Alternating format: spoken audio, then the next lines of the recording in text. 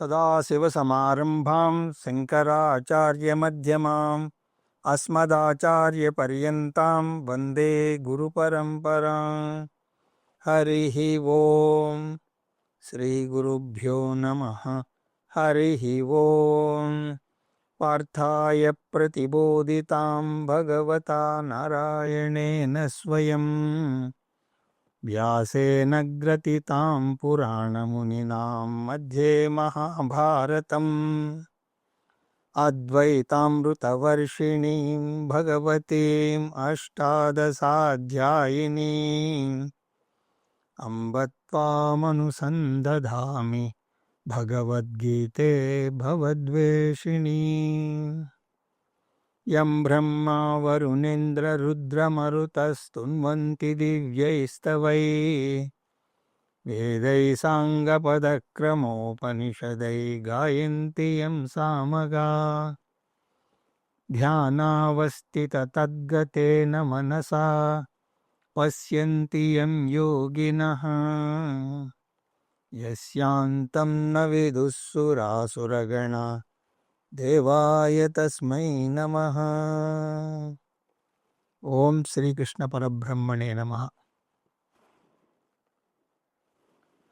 స్మరవారం వారం కార్యక్రమంలో శ్రీమద్ భగవద్గీతా జ్ఞాన యజ్ఞంలో 55వ రోజు అధ్యయనానికి మీ అందరికీ స్వాగతం. అథ షష్ఠోధ్యాయః ఆత్మసంయమయోగః. శ్రీభగవానువాచ అనాశ్రితః కర్మఫలం కార్యం కర్మ కరోతి యః స సన్యాసీ చ యోగి చ న నిరగ్నిర్న చాక్రియః. ఈ అధ్యాయంలో 1 నుండి 9 వరకు, అలాగే 16, 17 ఈ శ్లోకాలలో బహిరంగ సాధనల గురించి శ్రీకృష్ణ పరమాత్మ చర్చిస్తాడు. ఈ అధ్యాయం కృష్ణ పరమాత్మ తనంతట తానే బోధను చేయడంతో మొదలవుతుంది. మొదటి శ్లోకంలో బహిరంగ సాధన గురించి చెప్తున్నాడు అని, కర్మయోగం బహిరంగ సాధన అని మనం చూసాం. కర్మయోగి అంటే ఎవరు? ఇక్కడ కృష్ణ పరమాత్మ వివరించిన తీరుని మనం చూద్దాం. మొదట బహిరంగ సాధన అంటే ఏమిటి? అది సమత్వంగా చెప్పబడ్డాది. కర్మయోగి అంటే ఆధ్యాత్మిక సాధనకు విలువనిచ్చినటువంటి వ్యక్తి. అతను లౌకిక సుఖాలకు ప్రాముఖ్యతనివ్వడు. కొంత లౌకిక సుఖం నష్టపోయినా సరే పర్వాలేదు, కానీ ఆధ్యాత్మిక ఎదుగుదల చాలా ముఖ్యం అని అతను అనుకుంటాడు. అర్ధకామాలను విమర్శించడు, కానీ వాటికి ఎక్కువ ప్రాధాన్యతనివ్వడు. ధర్మమోక్షాలకే ప్రాధాన్యతనిస్తాడు. మనలో చాలామంది మజ్జిగన్నంలో ఆవకాయ వేసుకుంటాం. అందులో ఏది ముఖ్యం? మజ్జిగన్నం ముఖ్యమా? ఆవకాయ ముఖ్యమా? మజ్జిగలో రుచిగా ఉండడం కోసం ఆవకాయ నంచుకుంటాం. ఆవకాయ వంటివి ఈ ధనము, సుఖము. ధనం సంపాదించవచ్చు, సుఖాలను పొందవచ్చు, కానీ అవి ముఖ్యం కాదు. ఎక్కువ సమయాన్ని, ఎక్కువ శక్తిని, ఎక్కువ ప్రణాళికను ఆధ్యాత్మిక ఎదుగుదలకు కేటాయించాలి. అలా కేటాయించేటువంటి వ్యక్తిని కర్మయోగి అని అంటారు. అనాశ్రితః కర్మఫలం. కర్మఫలం అంటే లౌకిక కర్మఫలం, అంటే అర్ధకామాల వల్ల వచ్చేటువంటి ఫలం. అవి వస్తే అభ్యంతరం లేదు, కానీ వాటి కోసం ఆధ్యాత్మికతను త్యాగం చేయడు. కర్మఫలం అనాశ్రితః అంటే కర్మఫలానికి ఎక్కువ ప్రాధాన్యతనివ్వడు. అలాంటి వ్యక్తిని కర్మయోగి అని అంటారు. అతను ఎటువంటి కర్మలు చేస్తాడు అంటే కార్యం కర్మ కరోతి యః. కార్యం కర్మ అంటే శాస్త్రం విధించినటువంటి కర్మలు. అవి కూడా ముఖ్యంగా అంతర్గత ఎదుగుదలకు పనికి వచ్చేటువంటి కర్మలు. శాస్త్రం కొన్ని కర్మలను తిని తాగి ఆనందించడానికి చెప్తే, కొన్ని కర్మలను చిత్తశుద్ధి పొందడానికి చెప్పింది. చిత్తశుద్ధిని పొందడానికి చేసే కర్మలను పంచమహాయజ్ఞాలని మనం చూసాం. మొదటి రకం కర్మల్లో నేను మాత్రమే లాభం పొందితే, పంచమహాయజ్ఞాలు చేయడం వల్ల సమాజం ఎక్కువ లాభం పొందుతుంది. నేను కూడా దాంతో కొంచెం లాభం పొందుతాను. వీటిని కార్యకర్మలు అన్నాడు కృష్ణ పరమాత్మ. వీటిని నైమిత్తిక కర్మలని, విహిత కర్మలని, నిష్కామ కర్మలని, పంచమహాయజ్ఞాలు అని, కర్తవ్య కర్మలు అని కూడా అంటారు. ఈ కర్మలు నిస్వార్థంగా ఉంటాయి. అంతర్గత ఎదుగుదలకు ఇవి తోడ్పడతాయి. ఈ నిష్కామ కర్మల వల్ల లౌకిక లాభం ఎక్కువగా ఉండదు. ఉదాహరణకు సంధ్యావందనం. సంధ్యావందనం చేస్తే ఆఫీసులో జీతం ఏమైనా పెరుగుతుందో చెప్పండి? ఒక పైసా కూడా పెరగదు. కానీ ఆధ్యాత్మిక ఎదుగుదల ఉంటుంది. అది సూక్ష్మంగా ఉంటుంది. అది తెలియదు. అందువల్ల చాలామంది ఈ నిష్కామ కర్మలను వదిలేసి కామ్యకర్మలనే చేస్తారు. ఎవరైనా సరే గీతాబోధకు వెళుతున్నామని చెప్తే దానివల్ల ఏమిటి లాభం, జీతం ఏమైనా పెరుగుతుందా అని అడుగుతారు కూడా కొంతమంది. కానీ గీతాబోధకు వెళ్ళడం వల్ల మీరు పొందే లాభం కంటికి కనపడే లాభం కాదు, లౌకిక లాభం కాదు. కానీ దానివల్ల మీ దృక్పథంలో మార్పు వస్తుంది. మీరు ప్రపంచాన్ని చూసే తీరులో మార్పు వస్తుంది. దేవుణ్ణి చూసే తీరులో మార్పు వస్తుంది. మిమ్మల్ని మీరు చూసుకునే తీరులో కూడా మార్పు వస్తుంది. చాలా సూక్ష్మమైనటువంటి మార్పు వస్తుంది. ఆ మార్పు వచ్చి తీరుతుంది. జాగ్రత్తగా గమనిస్తే మీకే అది తెలుస్తుంది. ఇక్కడ సన్యాసీచ, కర్మయోగి పంచమహాయజ్ఞాలు చేస్తాడు. అటువంటి వ్యక్తిని కృష్ణ పరమాత్మ సన్యాసి అని అంటున్నాడు. అతను కుటుంబాన్ని త్యజించలేదు, కాషాయ వస్త్రాలు ధరించలేదు, కానీ లౌకిక సుఖాలను త్యజించాడు. లౌకిక సుఖాలలో ఎక్కువ ఓటమి పొందుతారు. కానీ కర్మయోగి ఓటమి పొందినా సరే బాధపడడు. ఎందుకు అంటే ఓటమి పొందినా కూడా అది అంతర్గత ఎదుగుదలకు సహాయపడుతుంది. ఏది వచ్చినా అతను ఈశ్వర ప్రసాదంగా స్వీకరిస్తాడు. సుఖ దుఃఖే సమే కృత్వా లాభాలాభౌ జయాజయౌ. సుఖదుఖాలను, లాభనష్టాలను, జయాపజయాలను సమానంగా భావిస్తాడు. ప్రతి అనుభవంలోంచి పాఠాన్ని అతను నేర్చుకుంటాడు. ఇంకా ఏమంటున్నాడు కృష్ణ పరమాత్మ? స యోగీచ, అతను ధ్యాతతో సమానం అని అంటున్నాడు. ధ్యాత అంటే ధ్యానం చేసేటువంటి వ్యక్తి. కర్మయోగి అక్షరాల ధ్యానం చెయ్యకపోయినా కూడా అతన్ని ధ్యాతగా పరిగణిస్తారు. ఎందుకు అంటే ఒక అంశం మీద ఏకాగ్రతను చూపడాన్ని ధ్యానం అని అంటారు. కర్మయోగి గతం గురించి బాధపడడు, భవిష్యత్తు గురించి ఆందోళన చెందడు. అతడి మనస్సు పూర్తిగా ప్రస్తుతంలోనే లీనమై ఉంటుంది.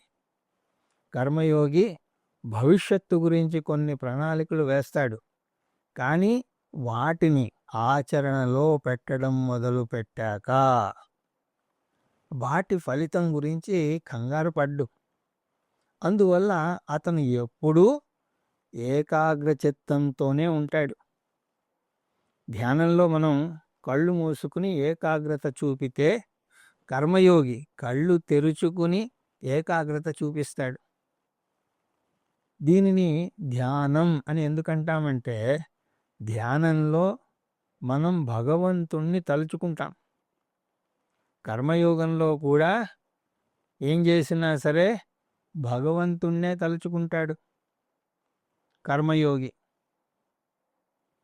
మయి సర్వాణి కర్మాణి సన్యస్యాధ్యాత్మచేతసా నిరాశీ నిర్మమో భూత్వా యుధ్వస్వ విగతజ్వరః అని 3వ అధ్యాయంలో చూసాం. అలాగే బ్రహ్మణ్యాదాయ కర్మాణి సంగం త్యక్త్వా కరోతి యః లిప్యతే న స పాపేన పద్మపత్రమివాంభసా అంటూ 5వ అధ్యాయంలో కూడా చూసాం. అలాగా కర్మయోగి కళ్ళు తెరుచుకుని పూర్తిగా ఏకాగ్రతతో భగవంతుణ్ణి తలుచుకుంటాడు కాబట్టి దాన్ని ధ్యానము అని అన్నాడు కృష్ణ పరమాత్మ. అంతేకాదు ఇంకో అడుగు ముందుకు వేసి కృష్ణ పరమాత్మ నా నిరగ్ని అని అంటున్నాడు. అగ్ని అంటే ఇక్కడ కర్మలు, నిరగ్ని అంటే కర్మలను త్యజించినవాడు, అంటే ఆశ్రమ సన్యాసి. బాహ్యంగా సన్యాసం స్వీకరించిన వ్యక్తిని నిరగ్ని అని అంటారు. నా నిరగ్ని అంటే ఆశ్రమ సన్యాసం స్వీకరించినా అతను బాహ్య వస్తువుల్ని మర్చిపోలేకపోతే సన్యాసి కాలేడు. దానికి భిన్నంగా కర్మయోగి గృహస్థుడే అయినా కూడా నిజమైనటువంటి సన్యాసి. ఎందుకంటే అతని మనస్సు ఏకాగ్రత చెంది ఉన్నది.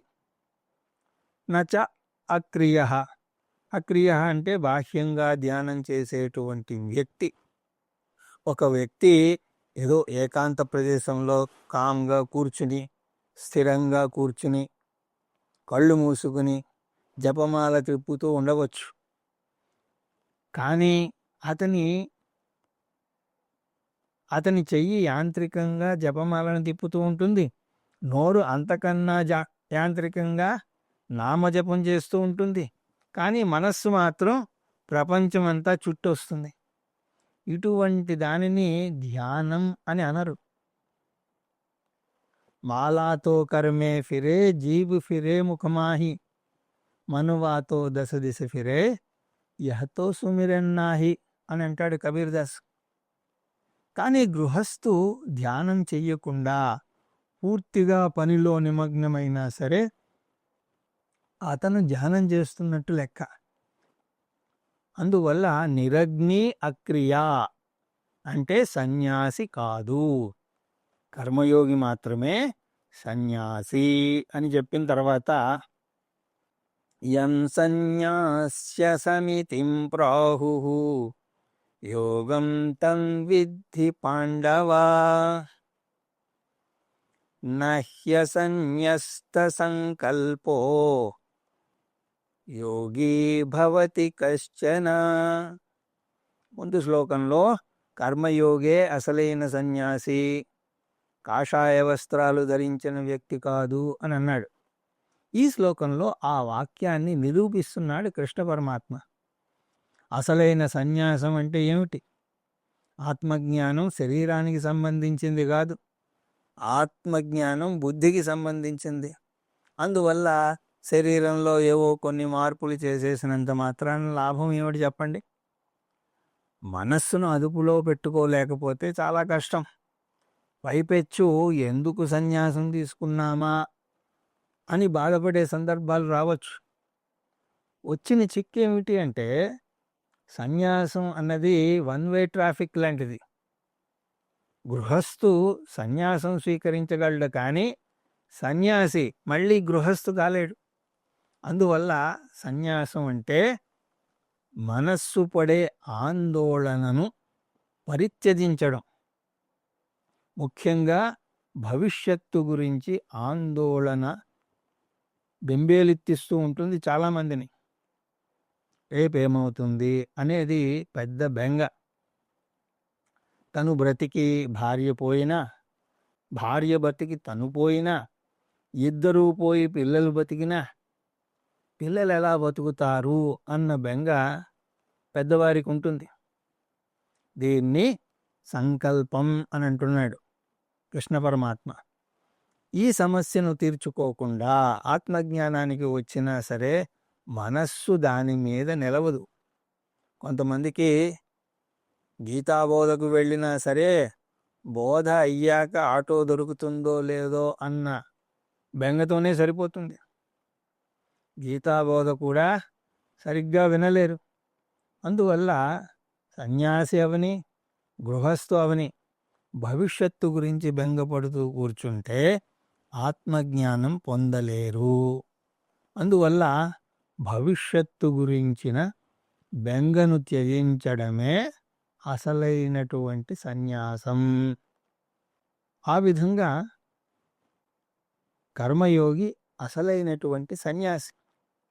భవిష్యత్తు గురించి ప్రణాళిక వేయడం వేరు, బెంగపడడం వేరు అని చాలాసార్లు మనం చూసాం. ప్రణాళికను మనకు కావలసిన సమయంలో వేసుకోవచ్చు. రేపు పొద్దున్న నేను 10 నుంచి 11 దాకా ప్లాన్ చేసుకుంటానండి అని అనొచ్చు. కానీ బెంగ అలా కాదే. బెంగపడడానికి ఫలానా సమయాన్ని కేటాయించాలి అని అనుకుని చెప్పలేరు. రేపు సాయంత్రం 6 నుంచి 7 దాకా నేను బెంగపడతాను అని అంటారా?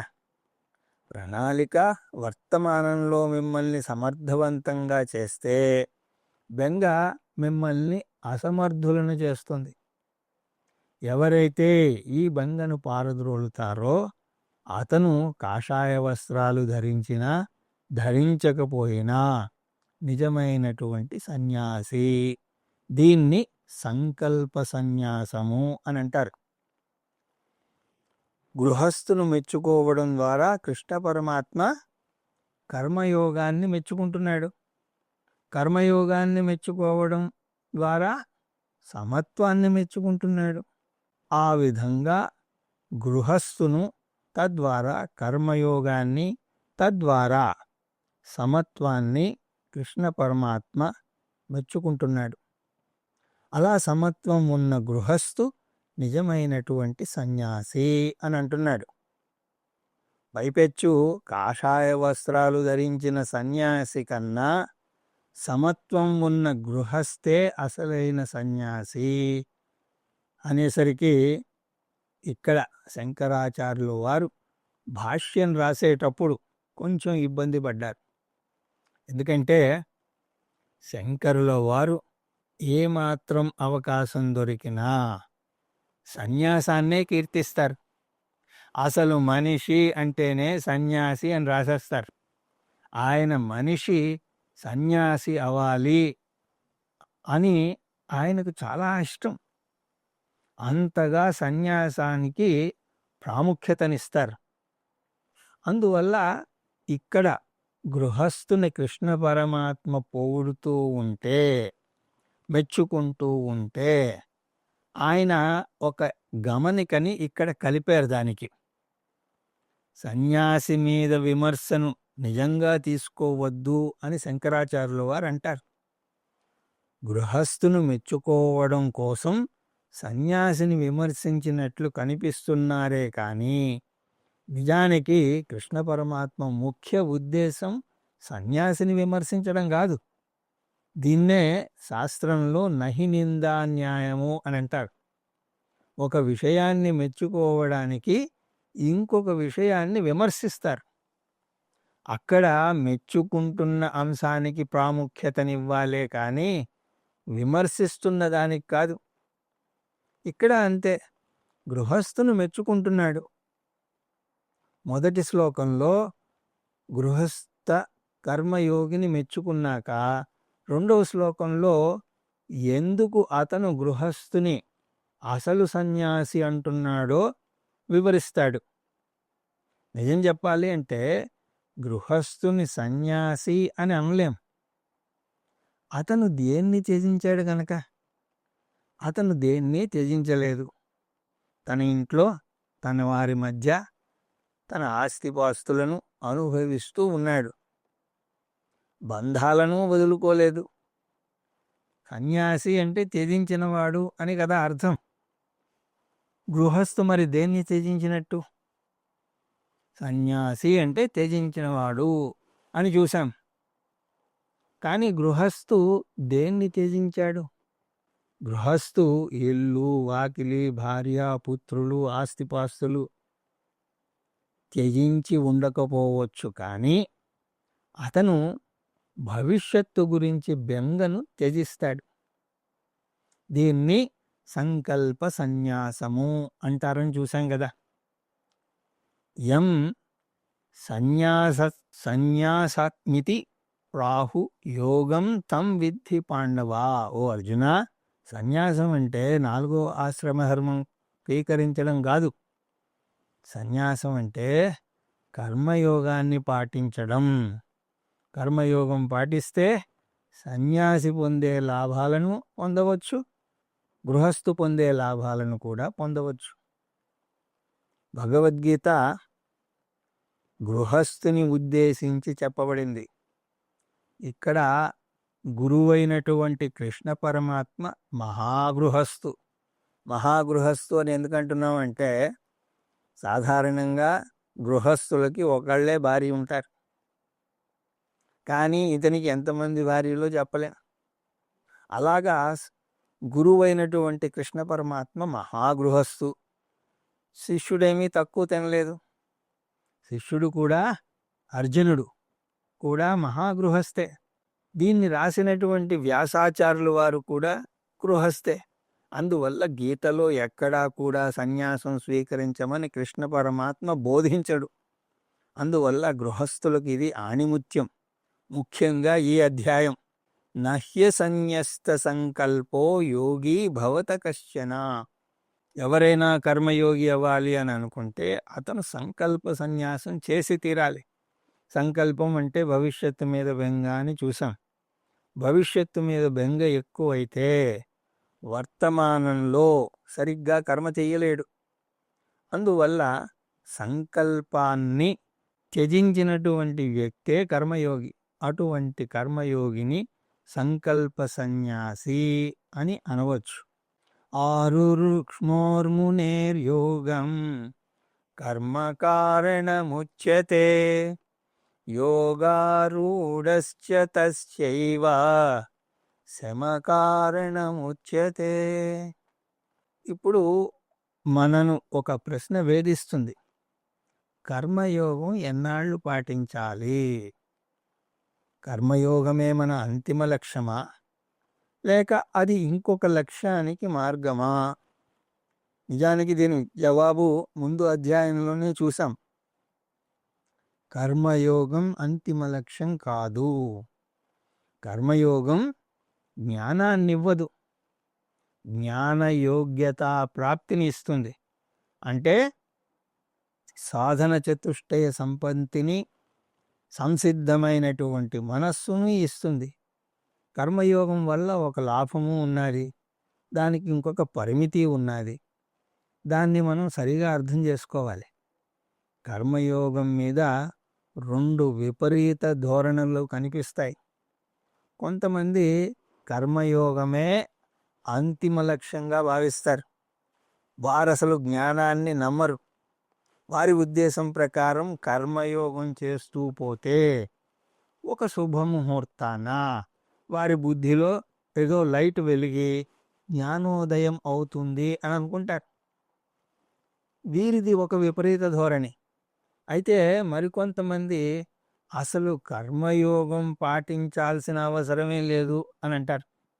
ఎందుకు అంటే, కర్మయోగం పాటించడం ఎందుకు, మళ్ళీ దాన్ని వదిలేయడం ఎందుకు అని అంటారు వారు. వారి వాదన ఎలా ఉంటుంది అంటే, కాలేజీలో మనం చేరినా సరే ఎలాగూ కొన్నాళ్ళు అయ్యాక, ఒక 2 ఏళ్ళు 3 ఏళ్ళు 4 ఏళ్ళు అయిన తర్వాత మళ్ళీ కాలేజీ వదిలేస్తాం కదా. అలాంటప్పుడు కాలేజీలో చేరడం ఎందుకు, మళ్ళీ వదలడం ఎందుకు అన్నట్టు ఉంటుంది. ఇది ఇంకొక రకమైనటువంటి విపరీత ధోరణ. కృష్ణ పరమాత్మ కర్మయోగం పాటించి చిత్తశుద్ధి పొందాక దాన్ని వదిలేయాలి అని అంటున్నాడు. యోగం ఆరురుక్షో. ఇక్కడ యోగం పదాన్ని సరిగా అర్థం చేసుకోవాలి. గీతలో యోగం అన్న పదం అనేక చోట్ల అనేక అర్థాలతో వస్తుంది. సందర్భాన్ని బట్టి దానికి తగ్గ అర్థాన్ని తీసుకోవాలి. అందువల్ల ఇక్కడ యోగం అంటే జ్ఞానయోగం లేదా ధ్యానయోగం. జ్ఞానయోగానికి రావాలి అంటే దానికి ముందు సాధన చతుష్టయ సంపన్నుడై ఉండాలి. ధ్యానం మొట్టమొదటి అధ్యాయంలోనో లేకపోతే 2వ అధ్యాయంలోనో రాలేదు, 6వ అధ్యాయంలో వచ్చింది. ఎందుకు? ఎవరైనా సరే ధ్యానం చెయ్యాలి అంటే మొదట 5 అధ్యాయాలను అధ్యయనం చెయ్యాలి. పతంజలి యోగ సూత్రాల్లో కూడా అంతే. దాన్ని అష్టాంగ యోగము అని అంటారు. అందులో కూడా యమ, నియమ, ఆసన, ప్రాణాయామ, ప్రత్యాహార, ధారణ అనే 6 దశలు దాటాక 7వది ధ్యానం, 8వది సమాధి. చాలామందికి జ్ఞానం మీద శ్రద్ధ ఉండదు. ముందే ధ్యానం నేర్చుకోవాలి అని అనుకుంటారు. కొంతమంది కేవలం 6వ అధ్యాయం ఒక్కటి వింటే చాలు అన్నది వారి ఆలోచన. అలాగా 6వ అధ్యాయం ఒక్కటే చాలు అని అనుకుంటే కృష్ణ పరమాత్మ అదొక్కటే చెప్పి ఉండేవాడు కదా. ఎందుకు అంత శ్రమపడి ముందు 5 అధ్యాయాల్లోనూ బోధ చేశాడు? 5 అధ్యాయాలు నేర్చుకున్నాక అప్పుడు ధ్యానం చెయ్యాలి అని ఆయన ఉద్దేశం. ఈ ధ్యానాన్ని నిధిధ్యాసనం అని అంటారు. మేము జ్ఞానం పొందేశామండి, మాకు కేవలం ధ్యానం నేర్పించండి అనే వారికి రామనామము, కృష్ణనామము ఏదో ఒకటి నేర్పించి మనసులో దాన్ని జపించుకోండి అని చెప్పాలి. ధ్యానయోగానికి రావాలంటే మాత్రం కర్మయోగం పాటించి తీరాలి. పతంజలి యొక్క యోగ సూత్రాలలో ఉన్న యమ నియమాలను కర్మయోగంతో పోల్చవచ్చు. యమ నియమాలు అంటే విధి నిషేధాలు, ఏవి చెయ్యాలో ఏవి చెయ్యకూడదో నిర్దేశిస్తాయి అవి. యోగం ఆరురుక్షై అంటే జ్ఞానయోగం పాటించడానికి చిత్తశుద్ధిని పొందాలి అంటే ఏం చేయాలి? కర్మ కారణముచ్యతే, ముందు కర్మయోగాన్ని పాటించాలి. అందువల్లనే వేదాలు కర్మతో మొదలవుతాయి, ఉపాసనతో ఏమీ మొదలవడం లేదు, నిధిధ్యాసనంతో మొదలవడం లేదు. అయితే కర్మయోగం ఎన్నాళ్ళు పాటించాలి? శాశ్వతంగా పాటించాల్సిన అవసరం లేదు. సాధన చతుష్టయ సంపత్తి పొందాక కర్మ నుంచి ఎదగాలి. యోగారూఢస్య, యోగారూఢము అంటే చిత్తశుద్ధిని లేదా సాధన చతుష్టయ సంపత్తి పొందినటువంటి వ్యక్తి. తల్లి గర్భంలో ఉన్నప్పుడు శిశువు అక్కడ బాగుంది అని చెప్పి అక్కడే శాశ్వతంగా ఉండిపోడు కదా. ప్రకృతి అతన్ని బయటికి తెస్తుంది. అలాగే కాలేజీలో చేరినటువంటి వ్యక్తి కాలేజీ ఉపాధ్యాయులు నచ్చారని అక్కడే శాశ్వతంగా ఉండిపోడు. పరీక్షలు రాసి ఉత్తీర్ణుడై సమయం అయిపోగానే బయటకు వస్తాడు. అలాగే పోల్ వాల్ట్ చేసేటువంటి వ్యక్తి కర్ర పట్టుకుని పరిగెత్తుకుంటూ వచ్చి కర్ర సహాయంతో ఎగిరి కర్రను వదిలేసి ఇంకొంచెం పైకి గెంతుతాడు. అయ్యో, నన్ను ఇంత దూరం తెచ్చింది ఈ కర్రే కదా అని చెప్పి కర్ర వదలకపోతే అతను గెంతలేడు. అలాగని ఎలాగూ కర్రను వదిలేస్తాను కాబట్టి ఆ కర్ర లేకుండా పరిగెత్తే కొంచెం కూడా ఎత్తుకు ఎదగలేడు. అంటే కర్రను పట్టుకోవాలి, సరి అయిన సమయంలో వదిలేయాలి. అలాగే అనుబంధంలోకి అడుగుపెట్టాలి, అందులో ఎదగాలి, దాని నుంచి బయటకు రావాలి. ఆఖరికి గురు శిష్యుల సంబంధం కూడా శాశ్వతమైనది కాదు. ఎప్పుడో అప్పుడు ఆ సంబంధం కూడా వీగిపోక తప్పదు. అందువల్ల యోగారూఢస్య అంటే సాధన చతుష్టయ సంపత్తి ఉన్నవాడు. అతను ఏం చేయాలి? శమ కారణముచ్యతే, కర్మ నుంచి విడిపడాలి. అయితే కర్మను త్యజించడం రెండు రకాలుగా చేయవచ్చు. ఒకటి సన్యాసం స్వీకరించడం ద్వారా. ఉపనయనం ఎలాగ ఒక క్రతువులాగా చేస్తారో అలాగే సన్యాసాన్ని స్వీకరించడానికి కూడా ఒక క్రతువు పాటించాలి. మనం చేస్తున్న ఒక ఉద్యోగం ఎప్పుడు పడితే అప్పుడు మానేయడానికి లేదు కదా.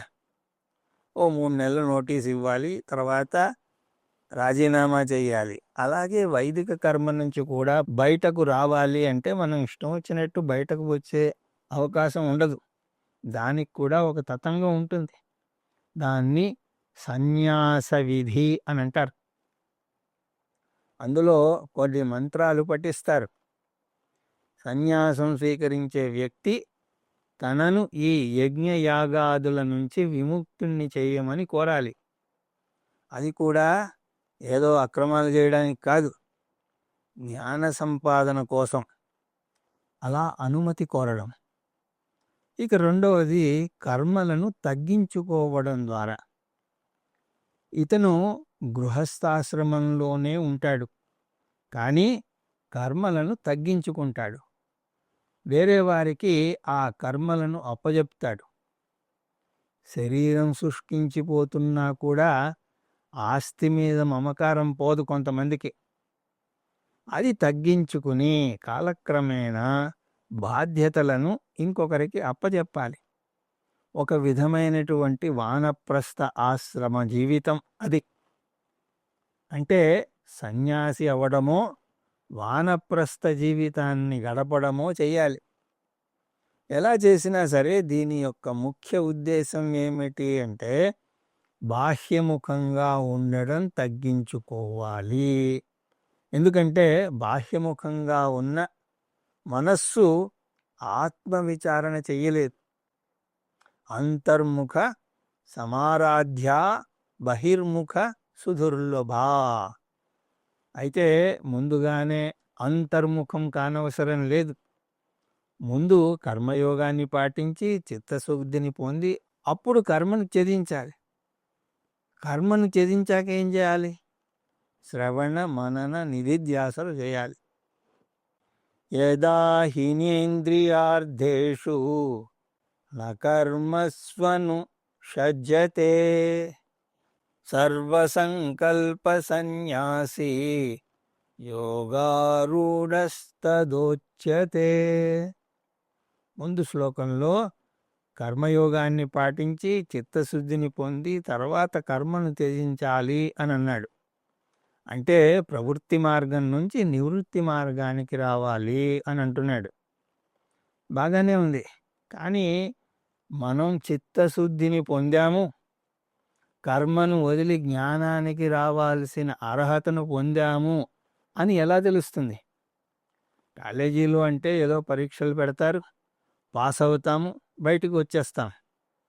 ఒక్కోసారి వెంటనే పాస్ అవ్వకపోయినా సరే ఎప్పుడో ఒకప్పుడు మార్చి సెప్టెంబర్ అంటూ పాస్ అవుతాం. అలాగే తల్లి గర్భంలో ఉన్న శిశువు సమయం పరిపక్వం కాగానే బయట ప్రపంచంలోకి వస్తుంది. కానీ కర్మయోగం అనే తల్లి గర్భంలో ఉన్న శిశువు ఎప్పుడు బయటికి రావాలి?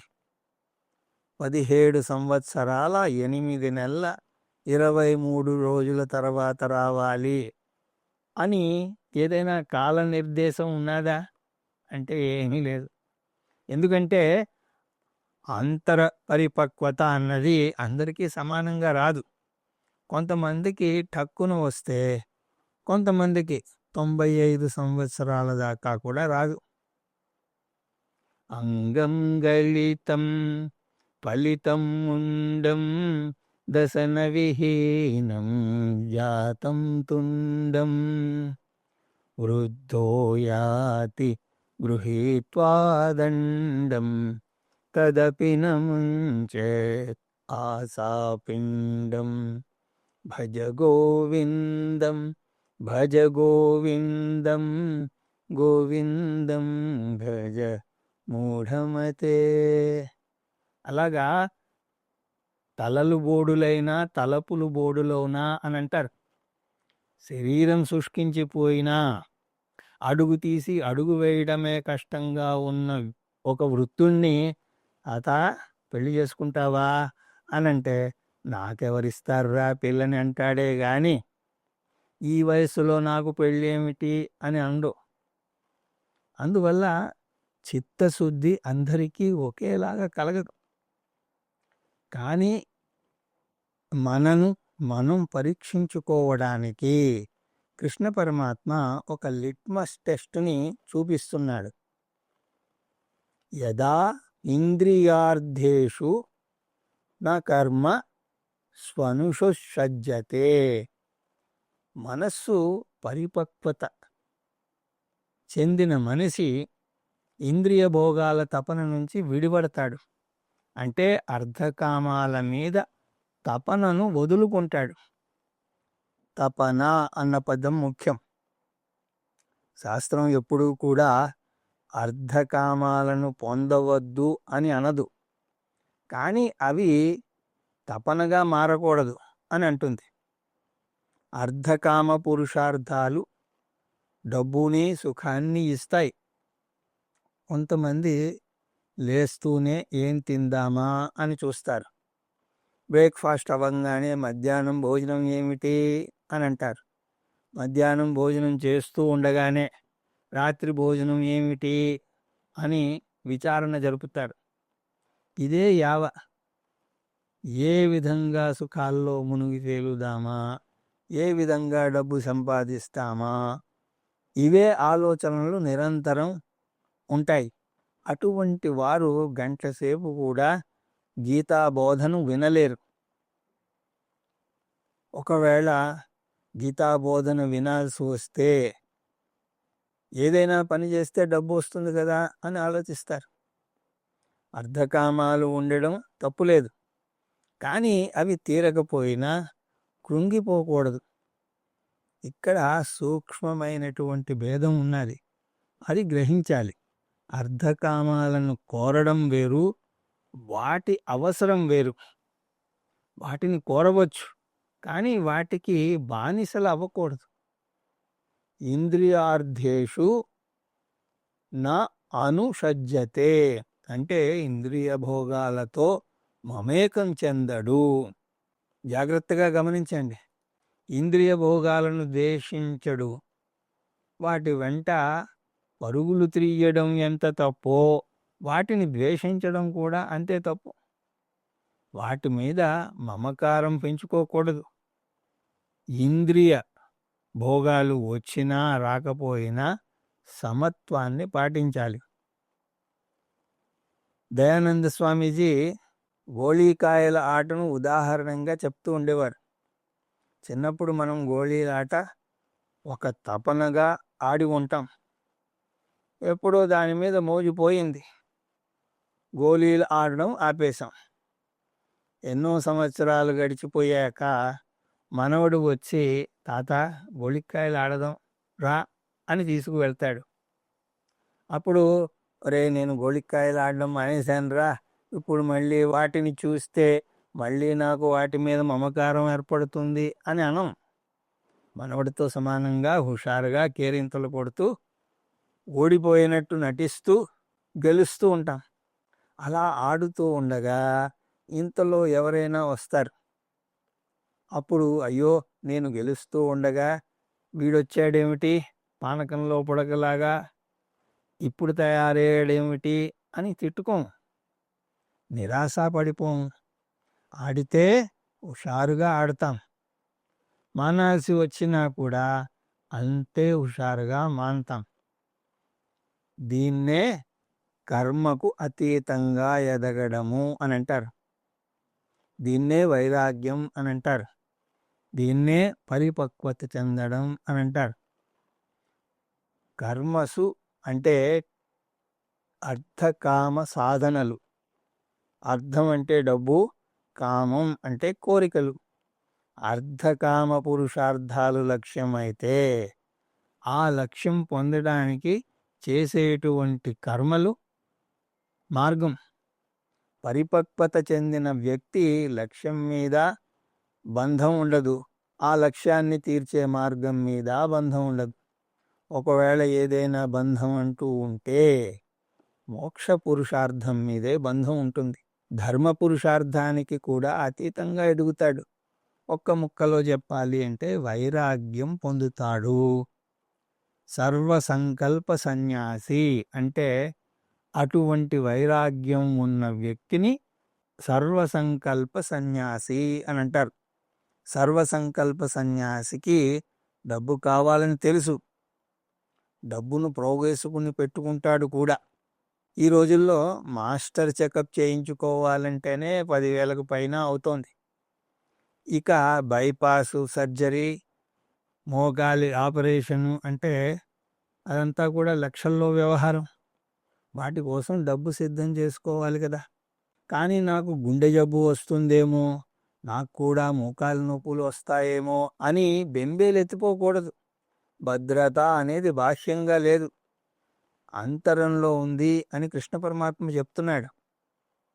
అభద్రతా భావన మనలో ఉంటే మనకు ఎన్ని లక్షలు ఆస్తి ఉన్నా కూడా అది సరిపోదు, నిజానికి ఇంకా ఎక్కువ అవుతుంది.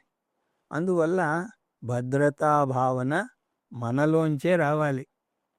అనన్యాశ్చింతయంతో మాం ఏ జనాః పర్యుపాసతే తేషాం నిత్యాభియుక్తానాం యోగక్షేమం వహామ్యం అంటూ తర్వాత అధ్యాయాల్లో వస్తుంది. డబ్బు, ఎఫ్డీలు, షేర్లు, ఇన్సూరెన్స్లు ఇవన్నీ పెట్టుకోండి, కానీ వాటి వల్ల భద్రత రాదు అని స్పష్టంగా అర్థం చేసుకోండి. మీ యోగక్షేమాలను నాకు వదిలేయండి అంటున్నాడు కృష్ణ పరమాత్మ. నిజానికి ఒక వ్యక్తి సన్యాసాశ్రమాన్ని స్వీకరిస్తే అతని భవిష్యత్తు మాట ఏమిటి? అతనికి ఆస్తుపాస్తులుండవు, బంధుత్వాలుండవు, వృద్ధాప్యంలో ఎలా ఉంటుందో తెలియదు. కానీ సన్యాసికి భద్రత దేని నుంచి వస్తుంది? భగవంతుని నుంచి వస్తుంది. యోగారూఢస్తదోచ్యతే. కర్మయోగి ఆ భగవంతుని నుంచి ఇటువంటి భద్రతను కోరగలిగే స్థితికి చేరుకుంటే అతను కూడా సన్యాసితో సమానం, వేదాంతం నేర్చుకోవడానికి సంసిద్ధుడు. అందువల్ల యోగారూఢస్తదోచ్యతే. ఈ శ్లోకంతో బహిరంగ సాధనలలో ఒకటి ముగిసింది, అది సమత్వం పాటించడం. మన జీవితంలో అనేక అనుభవాలను పొందుతాం, వాటి మీద మనకు అధికారం ఉండదు. ఎందుకంటే మన అనుభవాలు బాహ్య ప్రపంచం మీద ఆధారపడి ఉంటాయి. మనకు బాహ్య ప్రపంచం మీద అధికారం లేదు.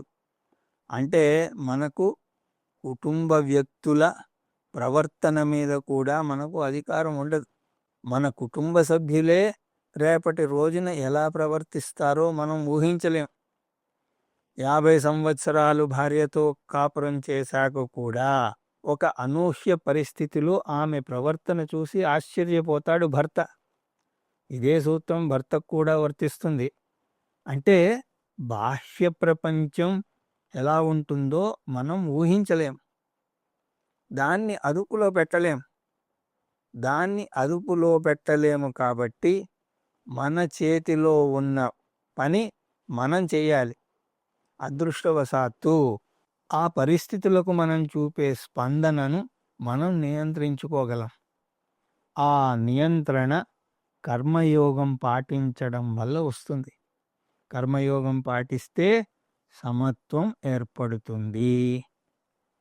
సుఖదుఃఖే సమే కృత్వా లాభాలాభో జయాజయో తతో యుద్ధాయ యుజ్యస్వ నైవం పాపమవాప్యసి అని 2వ అధ్యాయంలోనే సమత్వం ఎలా పాటించాలో చెప్పాడు కృష్ణ పరమాత్మ. కొంతమంది స్కూటర్ను బైక్ను చాలా వేగంగా నడుపుతారు. బండిని అటు ఇటు వంపుతూ పోనిస్తారు, కానీ దాని నుంచి కింద పడరు. బ్యాలెన్స్ తప్పకుండా సరి అయిన సమయానికి నిలదొక్కుని ముందుకు సాగుతూ ఉంటారు. దీన్నే సమత్వం అని అంటారు. భావపరమైనటువంటి ఉద్వేగాలకు లోను కాకుండా మనస్థైర్యం కలిగి ఉండడాన్ని సమత్వం అని అంటారు. మానసిక ఆరోగ్యమే సమత్వం. అది కర్మయోగం వల్ల సాధ్యమవుతుంది. దానికి అండ సాక్షాత్తు భగవానుడే. ఇక్కడితోటి బహిరంగ సాధన ఒకటి ముగిసింది. అది సమత్వం. తర్వాత బహిరంగ సాధనలు ఏమిటి అన్నవి వచ్చే తరగతిలో దర్శించే ప్రయత్నం చేద్దాం. హరి ఓం తత్సత్.